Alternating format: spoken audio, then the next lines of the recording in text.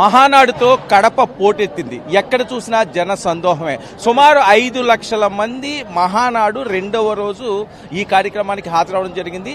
తెలుగు రాష్ట్రాల నుంచే కాకుండా ఇతర రాష్ట్రాల నుంచి కూడా పెద్ద ఎత్తున తెలుగుదేశం పార్టీ అభిమానులు, తెలుగు తమ్ముళ్ళు, తెలుగు మహిళలు భారీగా తరలిరావడం జరిగింది. అయితే మహానాడు అంటేనే ఒక ప్రత్యేక సంతరించుకుంది. అది స్వర్గీయ నందమూరి తారక రామారావు గారి పుట్టినరోజు సందర్భంగా ఈ రోజు ప్రత్యేకమైన పసందైన వంటకాలు సర్వం సిద్ధం చేయడం జరిగింది.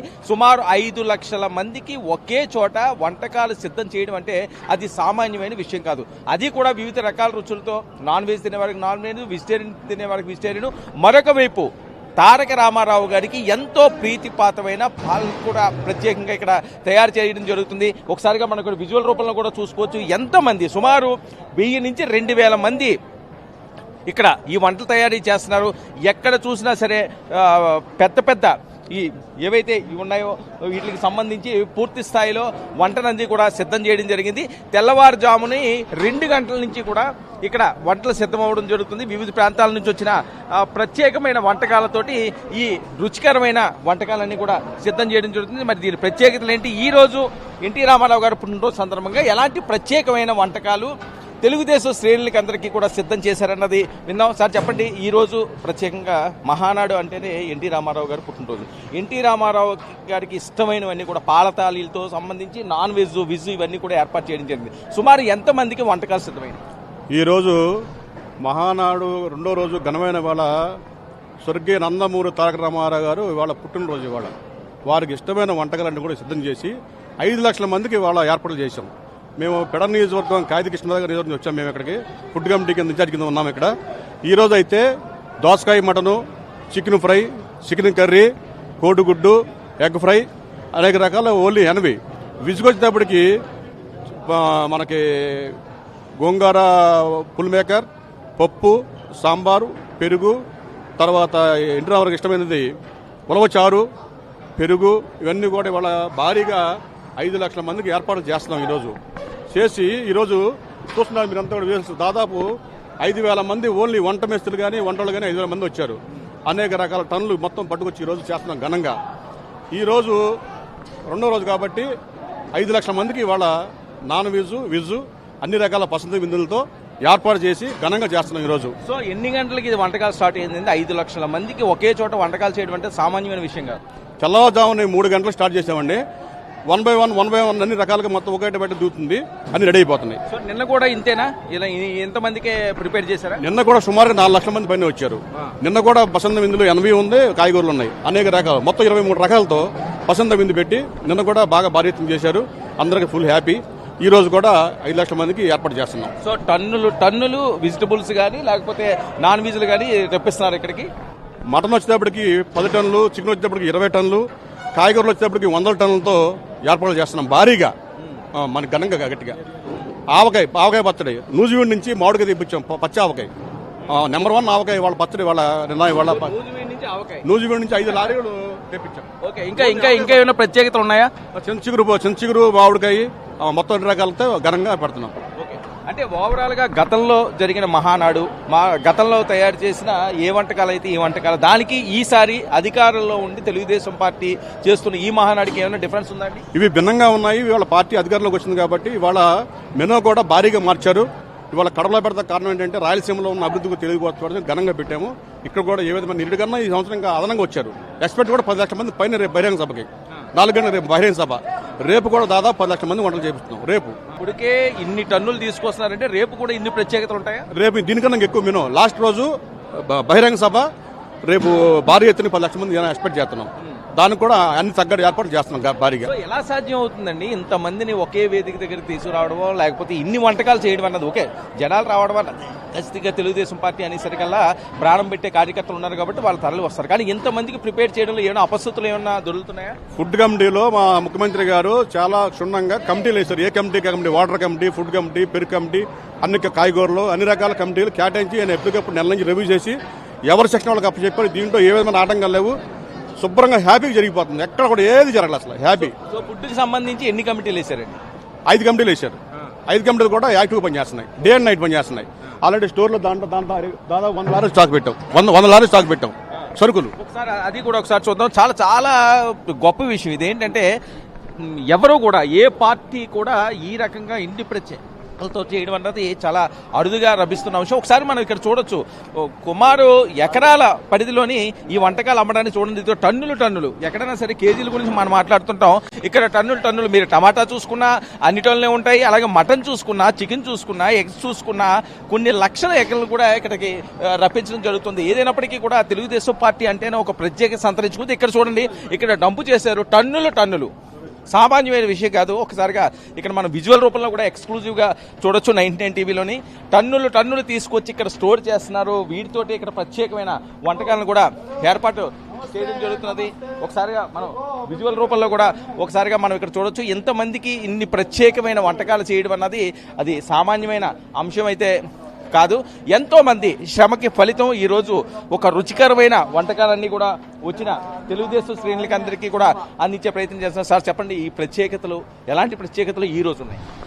మేము గత 2014 నుంచి కూడా మహానాడు కార్యక్రమాలు చేస్తామండి. మేము తిరుపతి మహానాడులో కూడా మా సోదరులందరూ అక్కడ పనిచేసి వారందరూ కూడా తిరుపతి నుంచి అభిమానంగా నా కోసం ఎత్తుకుంటూ వచ్చారండి. మేమందరం కూడా ప్రతి మహానాడు పండగ వాతావరణంలో ప్రతి కార్యకర్తకి చివరి గంట భోజనం పెట్టాలనే కాన్సెప్ట్తో మేము ఈ క్యాటరింగ్ రంగంలో ఉన్నామండి. ఈ 3 మహానాడులో నిన్నటి రోజున ఒక 50,000 మందికి, ఈ రోజు ఒక 70,000 మందికి, రేపటి రోజున ఒక 1,00,000 నుంచి 1,50,000 మందికి కార్యకర్తలందరికీ కూడా భోజనం ఏర్పాటు చేయమని మాకు పార్టీ. ఒకవేళ క్రౌడ్ ఎక్కువైందంటే ఎప్పటికప్పుడు రెడీ చేసేస్తారా?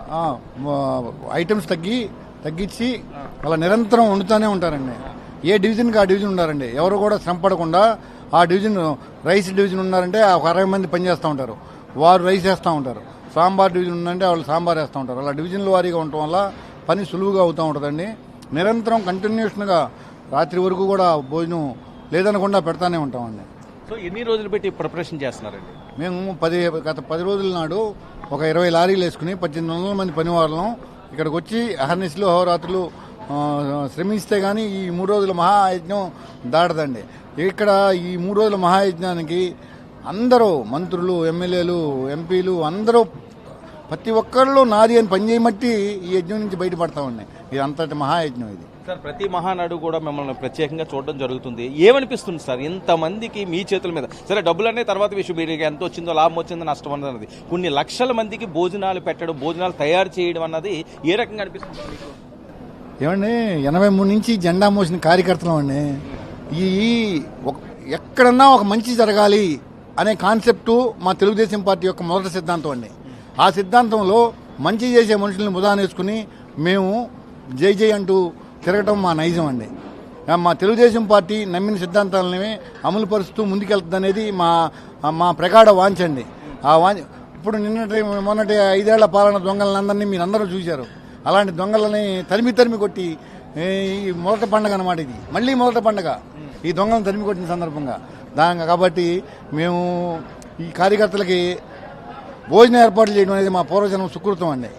నందమూరి తారక రామారావు గారికి ఇష్టమైన పాలతాళీలు కూడా సిద్ధం ఉన్నాయా?